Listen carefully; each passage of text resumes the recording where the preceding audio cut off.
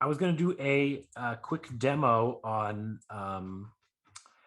we get asked a lot about different things that you can do with Conductor. And I thought it'd be cool to do a quick demo on, and I'm just going to move all these Zoom things around so I can actually see my screen, on sending SQS messages to Amazon. So there's a lot of times where you might have a Conductor workflow that needs to talk to things going on at Amazon, and then maybe Amazon needs to send events back to your workflow to get it going again.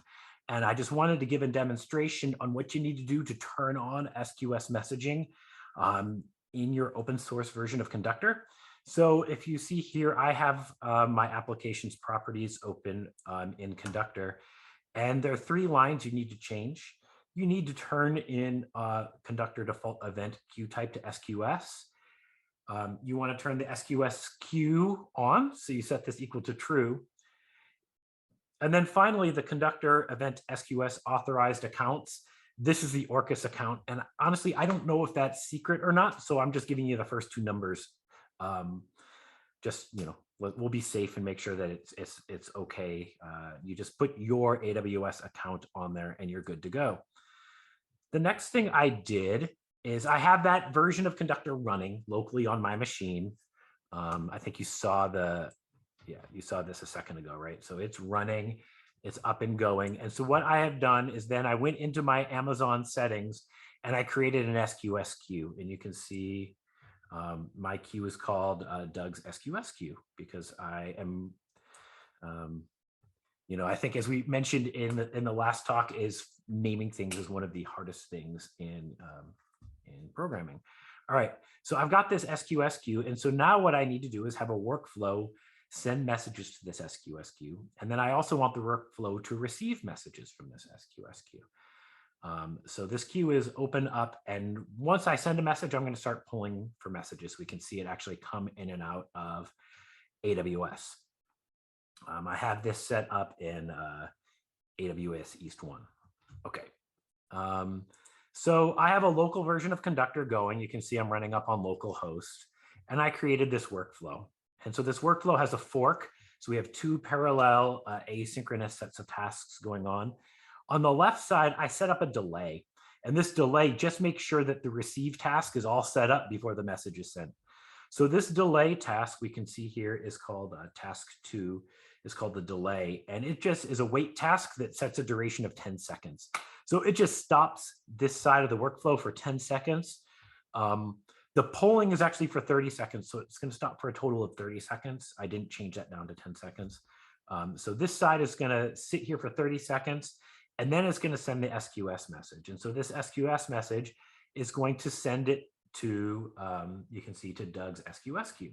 And so this will send a message off to my SQS queue. At that point, if I needed to do something at Amazon, things could happen, and then another message could come back. But I'm just cheating.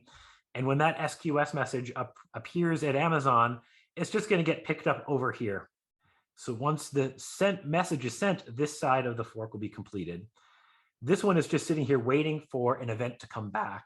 So I will create an event inside my Conductor to receive those events, and then that event will complete this task. So this is a wait task just hanging out. And so we'll look at my event, which is right here. So I created an event using Swagger. Using the API, and you can see the name of my task is complete the task event. And what it does is when Doug's SQS queue fires, the action is complete the task. So it's going to end the task called receive SQS, right? When the event comes in, you could kick off a workflow, you can start a workflow, you can complete a task, you can fail a task. There's all these different things you can do when events come in. In this case, we're just going to complete the task so that when this task completes, this one will be green, this one is green, and the entire workflow will end. So that's pretty easy to see, and hopefully that makes sense. So what we're going to do now is we're actually going to run this workflow. So this is some of the new UI in the open source. If you haven't used it yet, I really, really like it. So my workflow is called event testing. I have no input parameters, so I can just leave this blank. And to start the workflow, I just hit run. And so when I hit run, you can see now I have this workflow execution going on right here. This is the one I did earlier. If I refresh the page, that one will probably say completed. Oh, it went away. It's probably just a cache thing. All right, so this one is running. We'll come over here. We can see that everything is in a waiting queue right now. So this is in progress. It's going to wait those 30 seconds. While it's waiting, let's set this up and start polling for messages and see when the message comes through. So we're polling for messages here. Okay, so you can see my my Conductor workflow has sent a message. It got picked up by the SQS queue, and then it's going to get sent out back to my workflow here. So if I refresh this, sorry, I'm moving around the Zoom thing because it's just I'm doing this on my smaller screen and it's just hard to see. So if we refresh this, we can now see that the SQS message got sent off, and then the event receiver picked it up and completed the task here. And so this is just a very simple demonstration of how Conductor can send tasks off to AWS, but also receive events from AWS and do things to complete tasks or start new workflows. Just a really quick, simple demo. If you're interested in reading more about this, I have written this entire example up in a post. It's live up on in the Orcus documentations. So you can look for under tasks, task sending and receiving SQS messages. So if you're interested in learning more or actually trying this yourself, give it a go.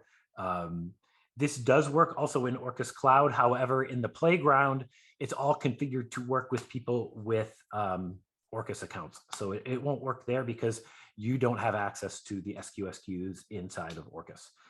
So if you have your own Orcus Cloud instance, it will work. And so that's just my quick demo.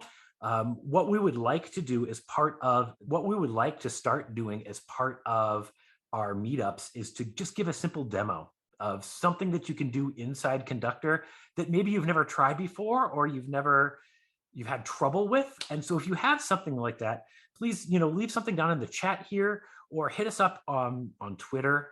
We're at Orcus.io or in our Slack or Discord channels. Just, you can send me a personal message and we can go through and we can actually do a demo in our next meetup, walking through the steps to enable a certain feature or something inside Orcus or Conductor that you want to see enabled.